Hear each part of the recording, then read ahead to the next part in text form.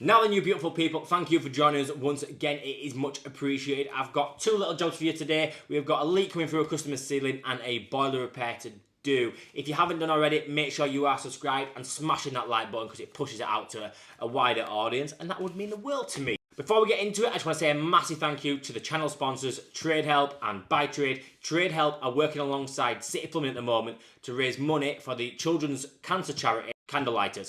This is a competition for Trade Help members only, so if you're not a Trade Help member, sign up. It is free. Get involved in the competition and raise a little bit of money for a great cause. Also, if you are a Trade Help member and in their free buying group, you're going to get double cash back at Buy Trade. So get involved, stay tuned, and yeah, let's get into it.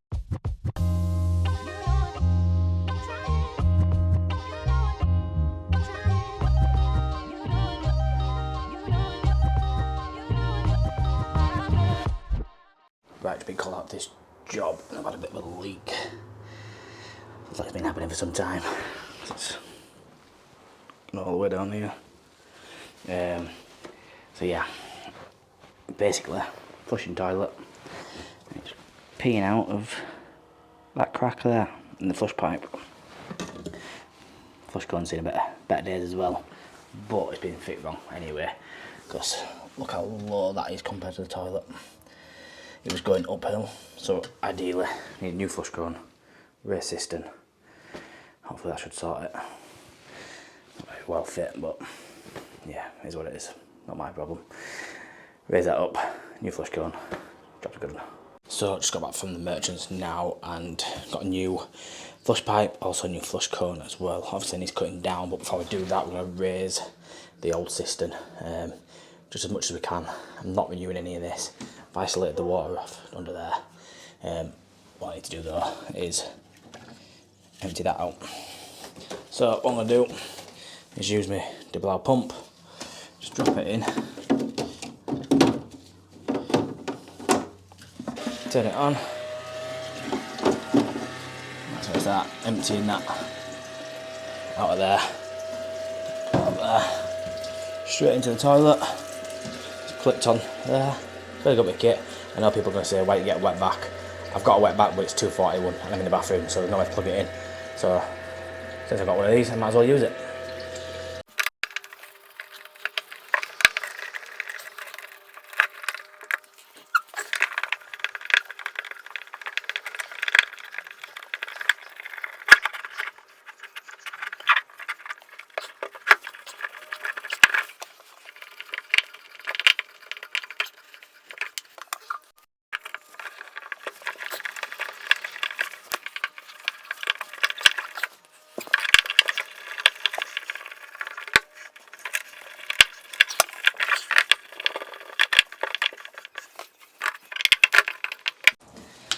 Right, so that's raised up now, fixed in. You can actually see our outlet is actually higher than our inlet to our pan now, which is a bonus because that way we're not going uphill or running downhill, whichever way you want to look at it.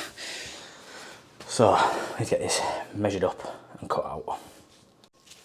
So in an ideal situation we'd take all the toilet out and put that in and measure the difference, but I don't really want to have to take the toilet out. So what I'm going to do is just, I know it's a bit backwards way of doing it, but it's to cut it down bit by bit.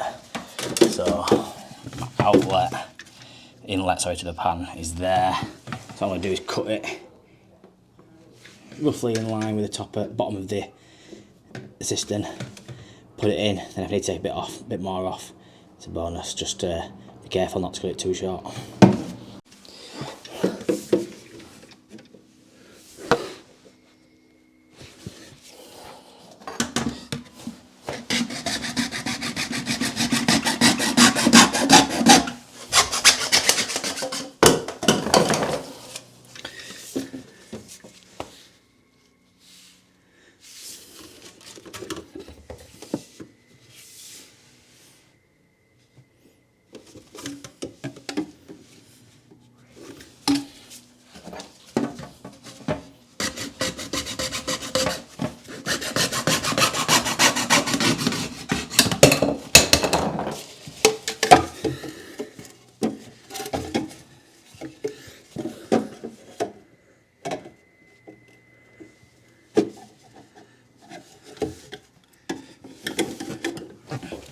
I've done there is put it into the bottom of the siphon or flush valve, and then put it into the pan, and that's from the outside of the pan there. So my flush cone, it'll sit like that basically. So I just need to cut it in line with the end of the flush cone. Can go further if you want, but it's just excess and creating a restriction. So cut it down about there.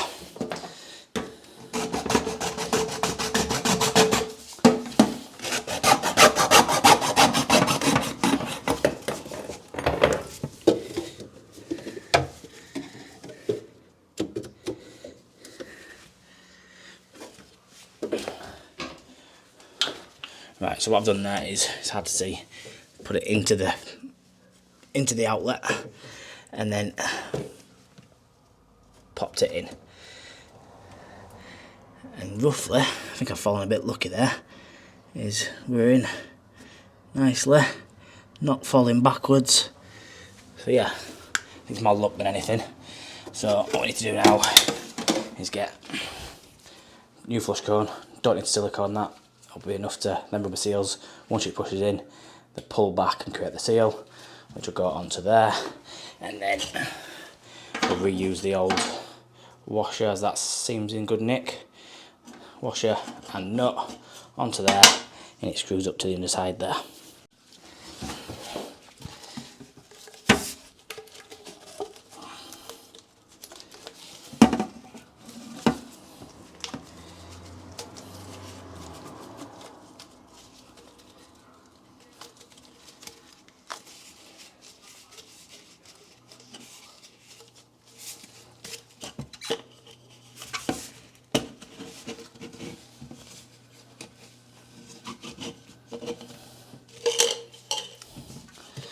So, I'll push that all the way in there.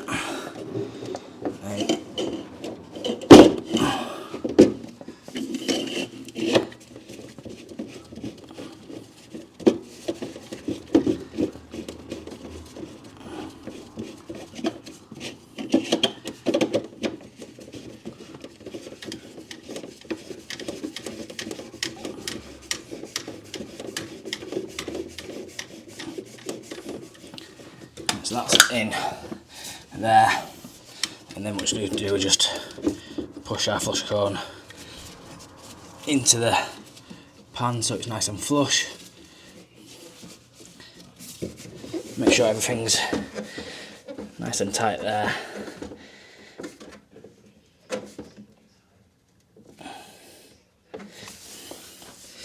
Actually, I just need to undo that and push it in, because you can see there we're actually falling backwards slightly still. And that's why, because I've not pushed it all the way in. Because I'm working one-handed, not holding things straight. That's in there. Flush cone back in because I've pulled that out.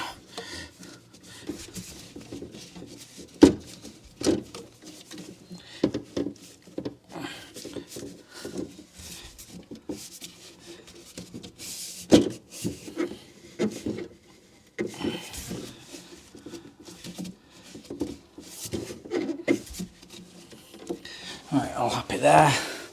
And now, just under here, so you can see it, isolation valve. Just reinstate the water.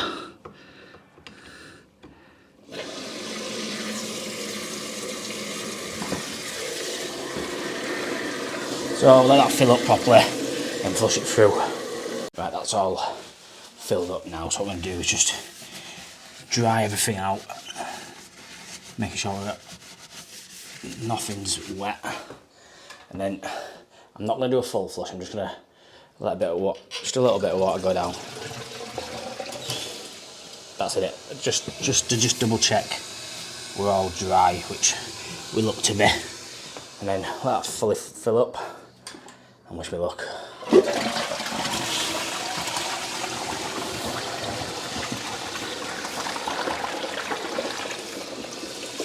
So it'll look all dry. Obviously we're going to give that a couple of flushes. just to be 100% sure, but that's how bone dry is that. So yeah, ideally, ideal situation, we would be repairing all that, and I'll probably replace this pan connector because it's seen better days, but I've checked through it, made sure there's no holes or rat bites. That's just stagnant water from earlier. So yeah, lovely little plumbing repair to do there. I enjoy jobs like this. I just wish there weren't so far and few between. But yeah, how's everyone doing for work at the moment? I'm still a little bit quiet. Let us know in the comments below. Right, so we got called out to this one. We've got a dripping PRV. I came to this boiler last week and repressurised the vessel. Unfortunately, the PRV is passing as well. So we'll get the valves turned off underneath so we can isolate the boiler. Make sure you use it with an Allen key, not a flat-headed screwdriver, because you will screw up the valve if you do so. Then we'll get it drained down by the drain points on the valves. These are really handy to use, especially with these this HVAC ratchet spanner. It's really easy to get in and easy to work on these drain offs with that tool. If you haven't got one, I recommend getting yourself one. And then, so once it's drained down, there wasn't a lot of water there because obviously we pressurised the vessel last week. What we'll do is just check the vessel anyway, just to make sure it's held the pressure, because sometimes it can split, and last thing we want is that. So, but luckily on this one, it hadn't split, it held its pressure, it's 19 psi. So we're just going to top it up again to 21. That way, when we take the pump off, you're going to lose a little bit, it's not going to lose too much. But always, once you've tested and took your pump off, spray your Schrader valve with some LDF. Make sure it's not bubbling. Happy days, because if it does show a bubble, then the Schrader valve needs replacing because it's passing slightly. So give that a dry out. Make sure it doesn't drip onto the pump, because it's got a tendency to run down and drip onto the pump. And now we can start getting the PRV out. So we've got a little clip at the top which just pulls straight up, and then underneath you've got your nut which goes to your PRV pipe, which should just be hand tight. But first of all, we're going to put some paper towel down just to catch any water that does spill out. And then with a pair of long nose pliers, we'll pull that clip at the top. Really simple to do. Just pull straight up, and then, like I said before, just take that nut off underneath.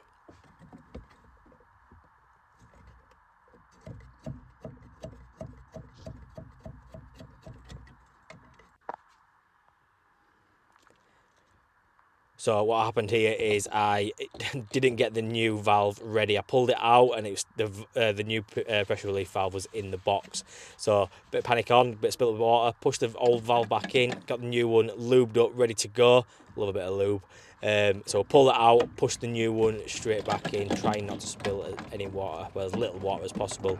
Unfortunately, when we pulled the old one out, we pulled the rubber grommet out with it as well, which is not end of the world. We can just take that off and push it back on from underneath. It's a lot easier to do it from underneath. It should just push round. If you do struggle to get it round the thread, get an Allen key and run it round the thread, and it'll just form the rubber round, and it sits it in place properly. So we're going to get the clip back in, and then we can start pressurising the boiler back up. There's some pressure back in there. That just pops back in. Sorry about the camera angle there, you didn't really see much.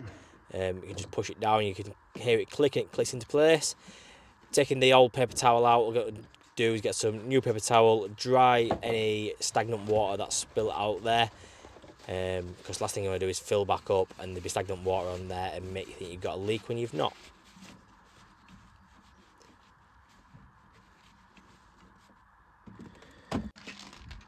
Before we fill back up, what I'm going to do is put a new washer on the PRV pipe underneath.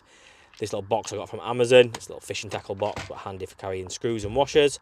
So that just goes on there, and then just screw it back up. Again, apologies about the camera angles because they're not the best. A bit hard to work with one hand and film.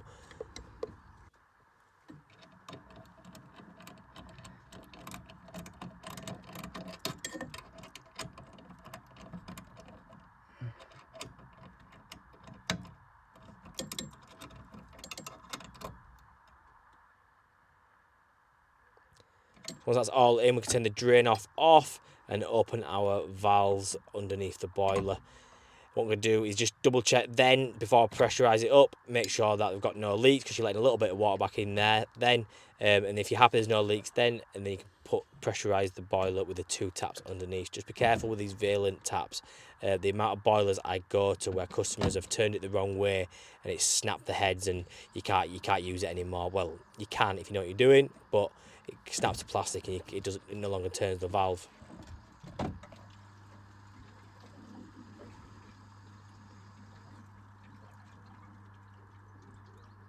So you've got gauge on the inside and outside, pressurise it to about 1.5, and then what we'll do is we're going to run the central heating and make sure it doesn't leak when the heating's on as well, and then we'll have one happy customer.